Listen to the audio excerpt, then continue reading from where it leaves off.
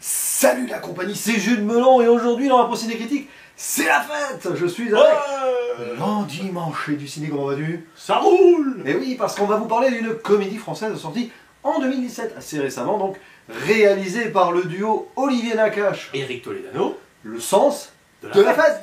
D'où cette intro très festive. Ça fait beaucoup de répétitions, mais c'est pas grave, c'est un pléonasme, comme dirait un des personnages du film. Parce que oui, nous avons, mais alors, un casting royal, choral. C'est assez rare d'avoir autant d'acteurs, actrices françaises connues, même une québécoise d'ailleurs au passage. Le rôle principal étant tenu pour l'un de ses derniers grands rôles, malheureusement, puisqu'il décédera 3-4 ans après. Et oui. Jean-Pierre Bacri, pour une prestation qui lui va comme un gant, mais j'ai envie de dire que chaque actrice, chaque acteur a la prestation qui lui convient. C'est vrai, c'est important. Puisque nous avons Jean-Paul Rouve, un peu loser, Gilles Lelouch qui crâne un petit peu en mode chanteur, crooner, qui se la pète, un peu beauf, faut le dire, comme ça, Mario comme ça aussi. Vincent Macaigne qui fait du Vincent Macaigne, avant même ses films chez Emmanuel Mouret, on en parlera. Et Aïdara, qu'on a pu voir récemment dans Les Femmes du Square, entre autres. C'est ça, je n'ai pas vu, mais... Suzanne Clément, actrice québécoise, qui a fait plusieurs films avec Xavier Dolan. Alban Ivanov, qui n'a pas fait que des bons films, mais peut-être que là, est-ce le cas, on ne sait pas. Et même Vincent qui joue la mère du marié. Le marié, interprété par Benjamin Laverne, bien... qui fait un discours un moment avant le film Le Discours.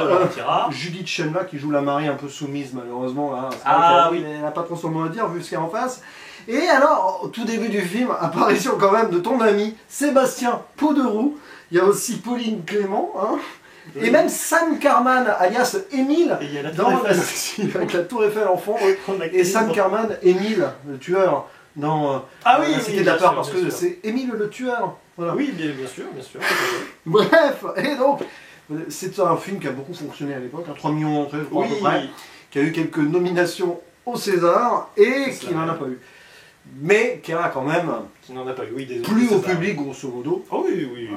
Olivier Nakache, Éric Toledano, ça ne se refuse pas. Et c'est vrai parce que c'est une découverte tardive me concernant, puisque au jour d'aujourd'hui... non. C'est un pléonasme. Ah oui, pardon. Désolé, monsieur Macaigne. Oui, non. À date, à date, je n'en avais pas vu. Je ne les avais pas tous vus. Et en tout cas, il me manquait celui-ci en priorité. Bien sûr, Intouchable. Tu l'as vu, oui? Oui, non, mais celui-là, j'ai vu. Ah oui. Nos jours heureux que moi j'ai vu, mais pas toi. Non, j'ai pas vu. Hors norme, qu'on a vu, c'était le dernier à date. Il faut voir en thérapie maintenant. Oui, parce qu'ils ont C'est leur série. Et ils sortiront un film cette année, en octobre, ça peut changer les dates. Avec Jonathan Cohen, je crois. Jonathan Cohen, et il y avait une autre actrice, c'était sympathique, mais on a oublié. Fanny Ardant. Non, on a dit une actrice sympathique. Et donc du coup, non mais on aime beaucoup Fanny Ardant, mais sympathique c'est peut-être pas le mot. Pourquoi on la taille dans chaque vidéo maintenant? La pauvre. Bref. Habituel maintenant. Mais racontons l'histoire. Oui, bien sûr. En fait, le sens de la fête, parce que nous allons suivre une petite entreprise, grosso modo, qui organise des mariages. Et cet organisateur, là, donc le chef, qui s'appelle Max, est joué par un Jean-Pierre Bacri. On le sent au début, il est exaspéré, on a ras-le-bol de ce métier-là. Un vieil aigri. Oui, c'est ça, un peu condescendant, et il envoie bouler un couple qui veut se marier parce qu'ils veulent faire des économies. Et lui, on peut se passer de l'entrée et du dessert, on sera inventif, c'est vrai, prendre un accent du sud. C'est Pagnol là qui nous... C'est vrai. Mais Bacri, c'est plutôt, vous avez vu Didier d'Alain Chabat, c'est ça, c'est le même personnage. Et Max, il gère une équipe un petit peu de bras cassés quand même, enfin c'est particulier. Oui, on va dire ça comme ça, entre le photographe Guy joué par Jean-Paul Rouve, qui prend pas trop de photos, mais qui prend un stagiaire, stagiaire de 3e, là. Pour faire son peu de boulot. Voilà, le chanteur qui se la pète en chantant Eh battante una bella canzone. Dis donc, j'ai fait de l'italien, c'est pas du tout. L'italien du sud des Abruzzes. C'est ça, c'est des gags comme ça. La seule qui a l'air vraiment de tenir la route, c'est l'adjointe de Max, jouée par Aïdara, mais elle fait toujours des blagues. Oui, et puis elle insulte quand même très facilement. C'est vrai qu'au début, Vincent Macaigne, qui est le beau-frère de Max, qui est un peu paumé, faut dire ça comme ça, il arrive en pyjama quand même. Alban Ivanov qui débarque un petit peu imposé là par quelqu'un, et puis le couple et plein de choses. Bref, cette organisation du mariage dans un magnifique château, le château dont tu as oublié le nom. Non, de Courance. De Courance, voilà, qui est près de Fontainebleau. Bah, cette soirée risque de tourner vraiment à l'apocalypse, disons, au fiasco à minima. Et bien sûr, ça va vous rappeler peut-être le final des Visiteurs 2. Encore là-dessus, toi, c'est pas vrai. Quelle fixette sur un film Vincent Macay, il n'est pas loin d'être jacouille avec son truc. Et donc, évidemment, il va y avoir des punchlines, des gags, mais aussi de l'émotion derrière, parce qu'on a des personnages qui visiblement souffrent. Hein. On sent qu'il y a un petit peu de dépression derrière pour beaucoup. Beaucoup. Notamment au niveau amoureux. Oui. Et, c'est vrai, t'as raison. Et du coup, est-ce que tu apprécies ce film? Serait-ce ton Toledo Nakash préféré, etc. Voilà. Ça, c'est une question compliquée, parce que j'aime aussi beaucoup Hors Norme, alors autant Intouchable, et bon, j'aime bien, mais sans plus, c'est clairement celui que j'aime le moins. Il y a Tellement Proche aussi qui est pas mal. Mais bon, allez, celui-ci il est dans les 2 premiers. Moi j'aime beaucoup ce film et c'est marrant parce que en fait t'es parti de là. C'est vrai que déjà je trouve que le film a quand même conscience de la force de ses acteurs. C'est vraiment ça. C'est-à-dire qu'en effet, moi ça me fait penser, alors on va pas être d'accord sur le film en question, mais c'est un peu dans la même veine, tu vois, qu'un Astérix Obélix au service de Sa Majesté. Qu'on aime le film ou pas, non mais dans l'idée que t'aimes le film ou pas, tu vas prendre des acteurs, mais tu vas dire c'est pas des anomalies que tu les aies collés à ce rôle-là, tu vois. Ouais. Ce qui fait qu'ils sont vraiment tous à fond. Alors après, l'écriture, moi je la trouve vraiment, je la trouve prodigieuse parce que vraiment, moi à chaque fois elle m'embarque. Enfin franchement, c'est écrit simplement. C'est vrai qu'il n'y a pas de fioritures dans tous les sens. Tu peux voir certains éléments arriver de temps en temps, ça t'est arrivé. Mais pour autant, ça fait vraiment mouche. C'est vraiment très drôle parce que tu sais ça, tu te fiches en fait, enfin, tu rigoles d'une organisation qui se met difficilement en place, tu ris un peu de l'incompétence de certains ou du manque de bonne volonté aussi de certains, de personnes qui s'écoutent trop et tout ça. Ah oui, ça, il y en a beaucoup qui s'écoutent parler. Oui, c'est sûr. Surtout de mari en fait. Oui, voilà, exactement. Et alors, qu'est-ce que tu veux que je te dise? Moi, Jean-Pierre Bacry, je le trouve vraiment sensationnel. On en parlait d'ailleurs en voyant le film, mais avec sa diction si particulière, enfin vraiment, tu sens qu'il est dans le coup, quoi. Il a le tempo juste à la demi-seconde près. Et même, on peut encore diviser le temps encore plus si vous voulez, parce que vraiment, c'est toujours là au bon moment, quoi. C'est vraiment, paf, toujours là quand il faut. Je trouve qu'aussi, il y a des gags qui reviennent bien au bon moment, tu peux un peu perdre de vue, et hop, ça revient là quand il le faut. Non, vraiment excellent, plein de situations, on a un petit peu des informations, il est 19h, il est 20h. 18h27. C'est ça, voilà, mais c'est 15h17 pour Paris. Oui, c'est un peu ça.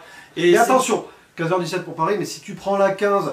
Attention, au niveau de la patte doigt à Herblès, ça peut bouchonner. Hein. Merci Bison Futé. C'est dans le film. Merci pour les informations. Donc moi vraiment très bien. Et alors la mise en scène et l'ambiance musicale, moi j'y adhère totalement. Donc en définitive, parce que là je suis très long, mais vraiment moi ce que j'aime beaucoup c'est ça. En fait c'est un film simple, c'est-à-dire que ça tente rien d'extravagant, tu vois. Pas une ambition démesurée tant sur le fond que sur la forme. Mais vraiment, ça fait mouche, tout simplement. Donc film largement efficace. Et c'est vraiment un film, enfin je veux dire, c'est un peu un classique, c'est vraiment le film qui est pas du tout désagréable, bien au contraire, à regarder de temps en temps. Moi je pense que je le vois une fois par an ce film, tu vois, c'est dire, quoi. C'est que ça me plaît. Donc voilà, et j'espère que tu l'as apprécié, mais vu tes flots de rire, je pense que oui. Peut-être que j'ai caché mon jeu. Ah oui, ou que tu as truandé. Peut-être que j'ai trouvé ça absolument lamentable. Voilà, commente 23. La tête que tu fais. J'ai peur là. Bien vu, hein. Non, franchement, c'est un vrai bon film. Pas dit très, mais un vrai bon film, comme tu nous dis, qui joue la simplicité volontairement. C'est-à-dire que le duo, il a casté les acteurs et actrices qu'il voulait. Et il s'en sert. Bacry, c'est du pur Bacry, avec son phrase. Enfin, il bégaye pas, mais il est là. Qui m'énerve celui-là, enfin des trucs comme ça. C'est clavier là, tu t'es trompé. Tu fais les visiteurs justement. Les visiteurs 2, les couloirs du temps. Oh non. Non mais il a cette diction-là qu'on retrouve évidemment entre autres dans Didier, mais aussi dans les films qu'il a fait avec Agnès Jouet. C'est haché, mais il part tellement vite que ça marche tellement bien. C'est ça. Puis on sent justement le gars au bout du rouleau, même quand on s'est posé la question parce que on sait qu'après, il fera que quelques autres films, il arrêtera sa carrière en 2018. Et il décédera 3 ans après. On se demande s'il n'était pas un peu malade déjà, parce qu'il était amaigri. On sent fatigué. Je l'ai trouvé amaigri, donc on ne le saura jamais. Après, c'est parce qu'on connaît aussi le dénouement. Ah bah oui, c'est sûr, mais... Peut-être. Et là, on le voit, dès la première scène, ça plante le décor. Le gars, il commence à être exaspéré, avec ses clients, c'est pas bon signe. C'est pas bon, C'est pas bon signe. Et puis après, quand on voit qu'il réunit cette équipe un peu... Ouais, c'est un peu particulier, quoi.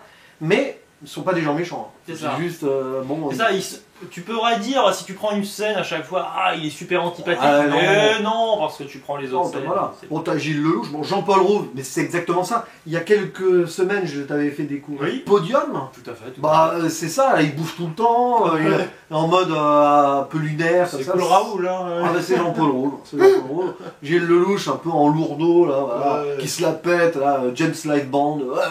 Tu sens qu'il se fait plaisir. Ça. Quand il fait la répétition, tel marié qui essaie d'interrompre, il se croit sur scène, il se croit au Stade de France, quoi, limite. Oui, c'est ça. T'as ça. Et puis bon, après Vincent McCain, qu'est-ce que tu veux qu'on dise? C'est marrant parce qu'on sent que Emmanuel Mouret, limite, il l'a casté en voyant ce film. Bah, je suis sûr. C'est probable.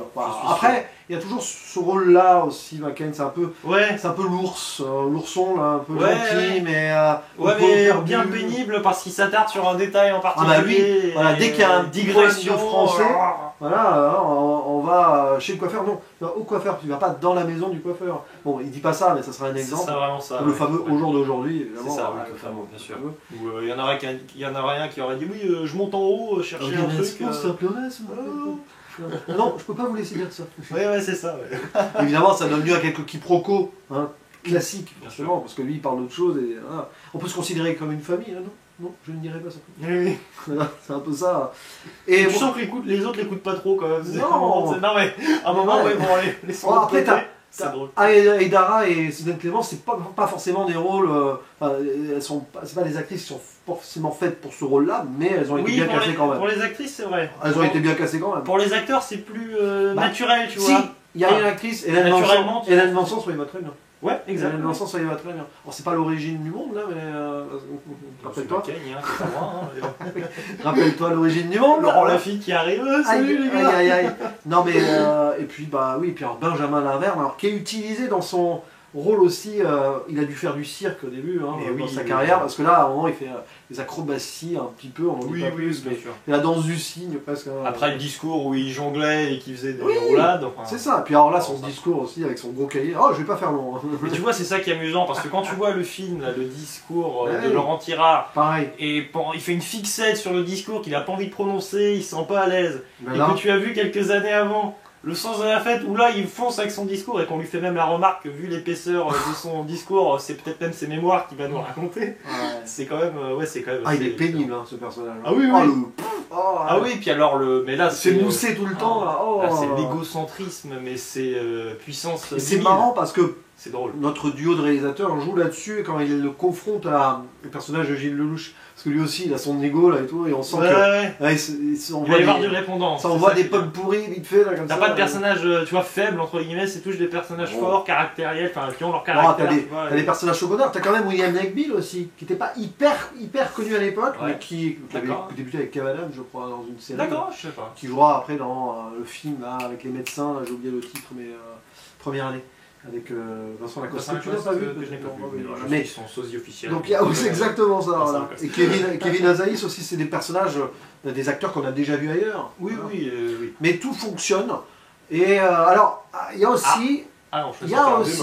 Bon, il peut y avoir le bémol, en fait, c'est l'utilisation de ceux-là, ces acteurs dans des rôles très cadrés. Le fait est que l'histoire n'a pas de surprise presque. Oui, c'est ça, c'est convenu. Et c'est sûr que quand tu arrives vers les 2/3. Ou la fin, tu sais qu'il va y avoir un climax, il y a un climax, on fera une mini-zone spoiler, mais finalement tu n'es pas non plus retourné. Mais c'est pas ça. Oui, c'est ça. But, après, ça reste du feel good à peu près avec des grandes lignes établies. Oui, c'est du classique. Mais il y a un discours social, alors c'est un discours social un petit peu cynique et ça colle bien avec la condescendance des gens. Parce que là, voilà, on se retrouve avec une petite entreprise, ce ne sont pas des gens qui ont beaucoup à se plaindre. Mais quand même, on va les plaindre parce que les charges patronales, c'est ça un peu, parce que à un moment il y a une histoire d'employés au noir ou pas, déclarés ou non. Et tu as ce discours-là, mais tu sens que c'est pas pris au sérieux, c'est pas une vraie dénonciation vidéo, c'est un petit peu, les gens là, une classe moyenne plus ou moins haute, qui vont se plaindre quand même, mais c'est surtout des êtres humains qui ont des soucis. Et là, oui, on va peut-être s'attacher à eux parce que t'as le personnage de Max qui, visiblement, avec sa femme, ça va pas très bien. Il a une relation avec une de ses employés. Alors déjà, tu sens quand même qu'à la base, si sa femme en a marre, c'est peut-être qu'elle a senti le poteau rose. Hein, c'est ça aussi, on voit l'idée quand même. C'est ça qui est pas mal, c'est que tu vois l'idée avant les personnages. Bah oui, c'est un peu parce ça. qu'on va, Ça, c'est pas mal. on va pas forcément les plaindre quand on voit que Bakri trompe sa femme finalement. Oui, bah là, non. Il se fait ok, avoir. pas Hein. de problème. T'as le personnage Jean-Paul Rouve qui a l'air un petit peu solitaire et qui est rejeté de partout. Ça, Il est tout seul. Le seul qui l'accompagne, c'est un stagiaire du 3ème. Ça renforce. En 2 secondes, tu as compris leur caractérisation. Et puis qui est plus intelligent que lui. Stagiaire de 3ème, il a un temps d'avance sur tout. Bien sûr. Ou l'autre il y a a un temps de aussi retard. cette question de la modernité aussi qui est quand même un peu au cœur un petit peu de ce film. Hein. Pareil pour le beau-frère, Vincent Macaigne, il va rencontrer là, au mariage une femme qu'il a aimée avant. C'est ça, il y a beaucoup la nostalgie hein, de toute façon. Ouais, c'est ça, triste. La mélancolie. Le personnage de Vincent Macaigne, c'est vrai qu'il y a des moments de douceur un peu mélancolique et poétique presque à certains moments. Quand on le voit un peu penaud, isolé comme ça, pas trop savoir où se mettre. C'est un peu tragicomique, tu sais. Des fois, il y a des moments où tu t'oses plus trop rigoler, tu dis ah c'est quand même triste ce qui lui arrive. Mais à la fois, bon, comme on le disait, c'est quand même tellement déjanté. Il arrive en bas de pyjama, il est en pleine dépression. Donc à partir de là, on en rigole parce que c'est quand même. C'est du cliché. C'est du cliché, bien sûr. C'est un film qui joue complètement sur des personnages très archétypaux, on a déjà pu voir. Et après, il y a des événements qui vont se produire parce que. Petit détail, sans spoiler, mais ça se passe dans un château donc, qui a été construit au XVIIe siècle. C'est ça. Et forcément, les lieux vont imposer certains soucis par moment. C'est ça, oui. Mais avant d'aller dans les petits spoilers quand même, parlons de la musique. Parce que c'est assez particulier, c'est une musique en contrebasse la plupart du temps, interprétée par Avishai Cohen, qui n'a pas fait d'autres musiques de film. C'est très surprenant. C'est un jazzman contrebassiste. Et c'est vrai que tu entends des poum poum poum au début. J'adore la musique dans ce film. Et c'est marrant parce qu'au début, j'avais dit tiens, des petites notes la musique du début du Père Noël est une ordure. Mais oui. Tout comme ça. Mais bon, rien à voir. Mais ça ressemble un peu quand même dans les séries. Un peu de musique extra-légétique comme on l'a fait en intro là. Oui, bien sûr. Cette musique aussi. Il y a ça et puis d'autres trucs. Hein. Par contre, on est déçus. On n'a Pourquoi pas eu les vieux chanteurs d'avant-guerre oui, on nous a promis, mais on les a pas. On a des trucs avant Léo Ferré. Parce que Léo Ferré, c'est pour que l'ambiance parte. Mais avant, c'est. Je sais même plus Jean Sablon, je crois. Oui, c'est ça. On va vérifier quand même. Et le chapeau de Zozo, est-ce que ça existe vraiment? Oui, si vous connaissez, n'hésitez pas. Mais j'imagine que oui, parce qu'il y a des petits détails comme ça. Comme là, je le plaisantais tout à l'heure, la patte doigt Herblay là, sur la 15. Ça existe, c'est vrai. Donc, je suis sûr que tu l'expérimentes tous les jours. Mais oui, mais. Je suis là, il y a 4h du mat. Je suis persuadé je suis à 2 mètres que tous les détails du coup sont vérifiés avant. C'est pas des trucs balancés comme ça. N'importe où. Voilà, donc à mon avis, tout est vérifiable. Et alors, le chef-op, c'est pas le chef-op. Ah bon Monsieur Valpier? Non, c'est pas le chef-op.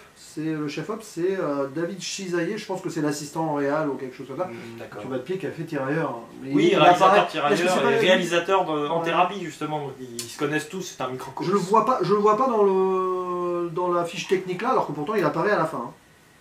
Ouais, mais c'est peut-être un emploi fictif. Ah, c'est peut-être ça, il n'est pas déclaré. Oui. C'est peut-être pour ça. Ah, allô, Philon, vous avez un rôle pour moi. Oui, on va voir l'homme. Regarde, là-bas, il y a un homme avec une manette là-bas. Oh, oui, Valérie. Le fameux Valérie, je sais pas quel est l'acteur qui joue Valérie. Cet acteur là qui joue d'ailleurs dans des séries. C'est Grégoire Bonnet. Voilà, alors Monsieur Bonnet, il joue vraiment très bien. Ça, hein. Oui, mais dans des séries françaises et aussi des séries belges, parce que je crois que la série Mina est une série belge. Et dedans, il joue l'un des médecins qui est hyper antipathique, mais à la fois, bon, tu prends quand même en sympathie à un moment donné. Il a un rôle. Vraiment bien, parce que, encore une fois, il y a des quiproquos, mais qui sont vraiment liés à cette question de technologie et du temps. Oui, parce qu'à un moment, quand vous envoyez des SMS, des fois, ça fait correcteur automatique. Et ça peut créer quelques petits soucis. Ça m'arrive souvent. Hein. Oh là là, non mais ça aussi, c'est un peu drôle, etc. Et on va aller vite fait dans la zone spoiler. Bien sûr, bien sûr. Pour voir comment ça se termine. Alors, est-ce que ça tourne au fiasco? Quand même. Oui. Alors, fiasco, mais après ça va mieux. Oui. Par exemple, bon, le discours qui dure 3 heures, rien. Mais ça les arrange bien parce qu'ils doivent gagner du temps. La fameuse panne d'électricité. Parce que château du 17e, installation électrique pas très au top. C'est pas des installations du 17e, il n'y avait pas d'électricité au 17e. Mais quand même. Ça aurait pu être le personnage d'Alban Ivanov qui ne comprend rien. Là. Ah oui, lui avec ses flûtes, il va chercher des flûtes. Ah oui. Qui vont avoir une importance à la fin. Oui, en plus, c'est ça le pire. Et le fameux, l'un des meilleurs moments du film, c'est pas un spoiler, mais si, comme ça, si vous l'avez vu, on rigole ensemble, à dire, les poissons, les loups, les turbos, ah oui, non mais pourquoi, oui, j'ai des notions de mécanique, mais... Puis après, non mais, turbo, le loup, c'est le poisson. Le loup, c'est un poisson. Ça, c'est drôle, il y a un Ah, travail. mais de toute façon, il y a des petites phrases comme ça. J'irais même jusqu'à dire culte, enfin, c'est-à-dire qu'il y a quand même des phrases que t'entends un petit peu ressortir quand les gens ont vu. Et puis, bah, très drôle. forcément, la panne d'électricité, la viande avariée, il fallait demander à un chef d'hôtel là, qui est joué par Sam Carman. Il faut gagner du temps, c'est ça. Hein. Et puis, évidemment, vu tous les problèmes, etc., le leitmotiv de Max, évidemment, c'est le fameux on s'adapte. Ça, c'est la phrase culte. On s'adapte, on n'a pas le choix, et lui, il doit s'adapter également à ce qu'il a autour. Hein. C'est Et ça. c'est pas facile, on le voit, des fois, il fulmine, il est là. Gardons le calme. Et c'est l'effet Camelot, hein, c'est ça, c'est-à-dire. Non, mais c'est totalement Oui, ça. c'est vrai que c'est un peu C'est-à-dire Alexandre Astier. Astier, le vieil aigri, non mais c'est ça, le roi de Bretagne qui essaie de trouver le Graal, bon, à un moment il finit par lâcher l'affaire, mais il a une telle équipe de bras cassés autour que c'est compliqué de. Non mais c'est compliqué d'avancer et de faire face quoi. C'est vrai, et puis parfois, des fois, on avance, ça. Mais il faut appeler monsieur Sébastien Pouderoux pour avancer. Ah, Ouais, bien, faut la ah, blague, c'est l'affaire Elle est celle-là. nulle, hein, celle-là, mais c'est pas grave. Et du Elle est coup, bon, à la fin, le clou du spectacle, bon, il y a un feu d'artifice qui est prévu, mais la chorégraphie aérienne, le marié qui est complètement, mais il a des idées, c'est la folie des grandeurs, mais l'ego quoi. Ah oui, bah non, Il mais fait là, une sorte de lac des signes volant, etc. Et on doit le porter et tout, sauf qu'évidemment, à un moment, il lâche parce qu'on a deux personnages dans le film qui s'envoient des pommes pourries dans la gueule. Ouais. Tout le métrage, donc le chanteur, Gilles Lelouch, et l'adjointe de Max, Eya Hidara, c'est ça. qui se détestent, puis à un moment, vont se prendre un câlin et ils vont tomber amoureux, comme ça, en direct. Et à un moment, bah, ils vont s'embrasser comme ça, et ils lâchent le marié qui va partir au loin, et les feux d'artifice. Puis la scène, c'est brillamment mise en scène. Alors, c'est là où jusqu'ici la réal, bon. Ouais, oui, non mais. Et bien à la fin, quand il n'y a plus d'électricité, nous avons un chef-op, nous avons des réals C'est qui doivent s'adapter Bah oui. volontairement, et on a de l'éclairage au flambeau, à la bougie. On a Presque presque... Koh-Lanta d'ailleurs. Oui, bon, quand on le voit arriver avec un Koh-Lanta, flambeau je comme sais ça, il arrive comme ça, et voilà, c'est Koh-Lanta quoi. pas. Sûrement, j'ai jamais vu Koh-Lanta. Mais t'as quand même aussi un intérieur bougie, c'est un petit peu du Barry Lyndon, c'est Stanley Kubrick, bon, vite fait évidemment, mais il y a ce travail-là. Et la scène de solitude, qui est très très forte, Oui. notre cher Max, Jean-Pierre Bacry, seul avec son bandeau, tout seul, filmé de loin avec le reflet sur l'eau, là. Ah oui, non mais. Et là, on le c'est sent une vraie tout, fulgurance de mise en scène. tout le poids là qui s'échappe, il en a ras-le-bol, il veut vendre son truc, il veut tout lâcher, il lâche l'affaire. Il est tout seul, il a sa femme au téléphone qui lui dit en gros, Oui. on va divorcer. C'est le fameux moment où rien ne va, plus rien ne va, donc. Mais c'est là où il y a l'étincelle qui revient, parce que le lourdeau, le Guy, photographe, il arrive avec un petit cake parce que c'est l'anniversaire à minuit. Je sais Ouais. quelle heure avant tout le temps en fait. Bien sûr, oui, bien L'anniversaire, sûr, oui. donc il a pensé à son anniversaire, un petit fraisier et tout. Et là, bon, petit moment comme ça quand même. C'est un beau moment de complicité et d'amitié. Eh oui, on le sent, ça a beau être un loser, Guy. Ben, c'est son ami. Ils sont amis, c'est ça. Voilà, et ça va après lui redonner. Puis Un après- dur fardeau, allez, ciao. Alors, Fardeau, voilà. mais pourquoi on fait un duo d'ailleurs Oh, je m'en vais, je me barre. Mais du coup, à la fin, le mariage continue à la bougie. C'est ça. Avec les employés tamouls qui jouent C'est ça. cette flûte traversière ou une sorte de percussion, hein, C'est avec ça, les moyens du bord, dont les flûtes jouent un rôle. Quoi. Et là, on sent quand même qu'il y a un moment intimiste.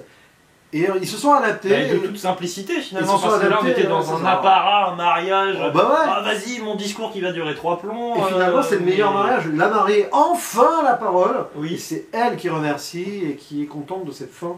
Et t'as enfin le mari Ça, c'est qui vraiment, daigne lâcher. Alors, bouleversant. bon, bah merci. Quoi. Ouais. Ça y est, il se fait enfin clouer son bec à la fin. c'est ça, Ouais, non, il se fait clouer sa flûte à bec même. on peut le dire. Mais c'est vrai que cette fin, bon, après le souci, c'est ça, que ça fait une happy end un peu facile et à la fin, le lendemain matin, ils se retrouvent aller. Oui.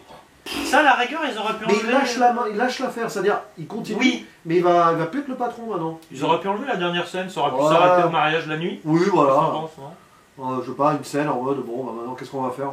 On verra bien, en profitant du moment, et fin. Oui, C'est bien. c'est un peu l'idée, c'est carpe diem. Ouais, le lendemain, on les retrouve, ils s'en vont, et tout le monde est heureux. Ouais, bon, c'était pas obligé. Oui, c'est Mais peut-être bon. un petit moment faible, c'est vrai.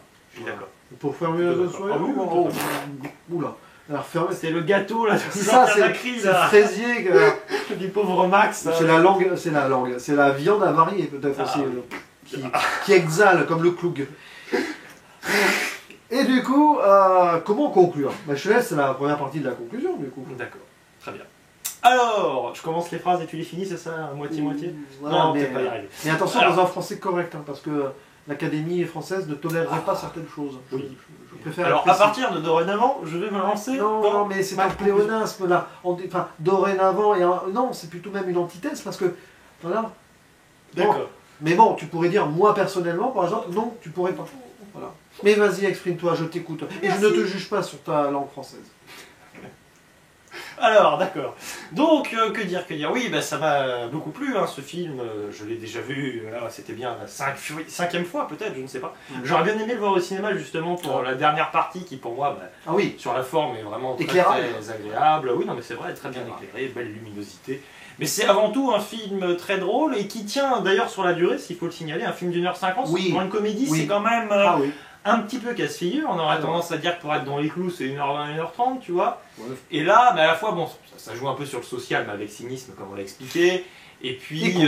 Et condescendance, bien sûr, et puis il y a quand même du fond derrière. Mais c'est vrai que c'est clairement un feel-good movie, c'est-à-dire le film vraiment que vous pouvez voir si vous voulez passer un vrai bon moment devant, des bons sentiments, même si bon, il y a des rats crevés, mais c'est toujours l'histoire, c'est que tu te doutes que... Tu crois qu'il y a des rats crevés dans le congélo à un moment? Ah bah oui, bon. Problème. Donc Monsieur Rabourdin là, avec Monsieur Poudreau, ils sont souvent ensemble dans des films. Mais oui, une fois. Mais c'est vrai que non, c'est un film qui me plaît beaucoup et j'avoue que je suis assez ému à chaque fois. Et la dernière fois que j'avais vu, d'ailleurs, il me semble, ou l'avant-dernière fois peut-être, bah, je l'avais revu juste après justement le décès de Bakri et c'est d'autant plus bizarre. Enfin bizarre. J'étais dans un feeling un peu bizarre parce que c'était un soir, tu regardes le film et à la fin bon ça se passe la nuit.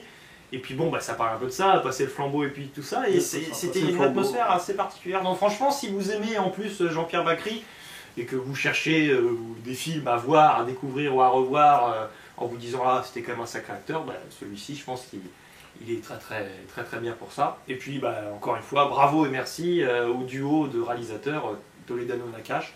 Franchement, super boulot à chaque fois, des valeurs sûres. Bravo. Merci, messieurs. Et c'est vrai que, ouais, comme on le disait, c'est du Bacri pur jus. Si vous avez aimé Le Goût des Autres. Si t'aimes pas Bacri, par contre, là, c'est impossible. Ah bah, si t'aimes pas Bacri, si t'aimes pas Lelouch, si t'aimes pas Macaigne, ou si t'aimes pas Jean-Paul Roux, et... oui, bien sûr. Oui, forcément, ça va être... Il y a des Si moments t'aimes où vous pas allez trop le grincer cinéma, les je pense. Si mais là, on a le Bacri de... voilà, le goût des autres, Didier, et on en passe, hein, parce qu'il y en a fait plein. Les meilleurs copains aussi, un film de Jean-Marie Poiret, que tu n'as pas vu. Je n'ai pas vu. Mais c'est un film qui est très touchant en fait, en soi. On rigole bien. Ah oui, quand même, à vous. Et c'est le principe, hein. C'est vrai que quand même il y a des personnages qui sont vraiment écrits en mode on va bien rire, sur des quiproquos, on comprend pas tout, oh là là, les losers. Le duo Jean-Paul Rouve et on va le citer quand même, le jeune là, Gabriel Nakache qui joue. Et c'est pas Nakache avec un K, c'est avec 2 C, donc c'est pas de Il n'y a pas de népotisme. Et non, c'est intéressant, c'est lui qui joue le stagiaire. C'est pas avec Luc Besson. On remarque qu'il a peut-être changé un petit peu son nom Luc pour Besson éviter qui de ressort un film d'ailleurs, j'ai vu. Ouais, bah, ce sera peut-être sans moi. Et du coup, bon, quand même, il faut pas exagérer. Que j'allais le voir, hein. Mais voilà, celui qui joue le jeune stagiaire 3ème, qu'on n'a jamais revu depuis, mais c'est bien. Voilà.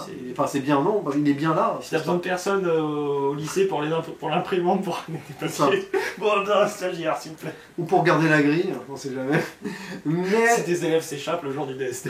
Bon, après, ça marche bien. Gilles Lelouch, il chante à moitié faux et qui se la pète, c'est drôle. Ouais, mais tu pousses à fond la rigolade, quoi, vraiment. Puis Vincent Macaigne, c'est vrai que moi j'aime beaucoup cet acteur. Il est excellent. Et là, bah, il débute peut-être sa reconnaissance très nationale avec ce film. Oui. Parce qu'après, il va va enchaîner. Bien sûr. Donc c'est bien. Voilà, c'est un bon moment, un très bon 7 sur 10 par exemple. D'accord, oui. Je pourrais monter à 8 au revisionnage un jour. Je suis à 8 moi. Enfin, t'as un bon 8. Un grand 8 moi. Un grand 8. Attention, hein. Voilà. Poudreau. Et voilà, on passe un bon moment, on réfléchit aussi, puis bah oui, les aléas de la vie font que des fois on peut se reconnaître dans certains personnages, donc c'est bien. Oui, c'est vrai aussi, c'est vrai. Mais là-dessus, nous n'entrerons pas dans les détails car nous avons tous notre intimité. Exactement. J'ai mon intimité personnelle individuelle. Oh pléonasme personnel individuel. Quoique des fois on peut être personnel et pas être individuel. Ça se discute, ça se discute. Bref, bah, n'hésitez pas à dire dans les commentaires, vous, ce que vous en avez pensé. C'est très important, si vous avez aimé ou pas. Hein. C'est ouvert, évidemment. Hein. Chacun son avis. Hein. Le cinéma, c'est objectif aussi. Subjectif, pardon. L'objectif, c'est ce qui filme. Voilà. L'objectif dans le cinéma, c'est d'être subjectif. Non, c'est bon, c'est pas grave. Bref, à vous la parole. Et il nous reste plus qu'à vous dire quoi. À la prochaine. Ciao. Lovely day.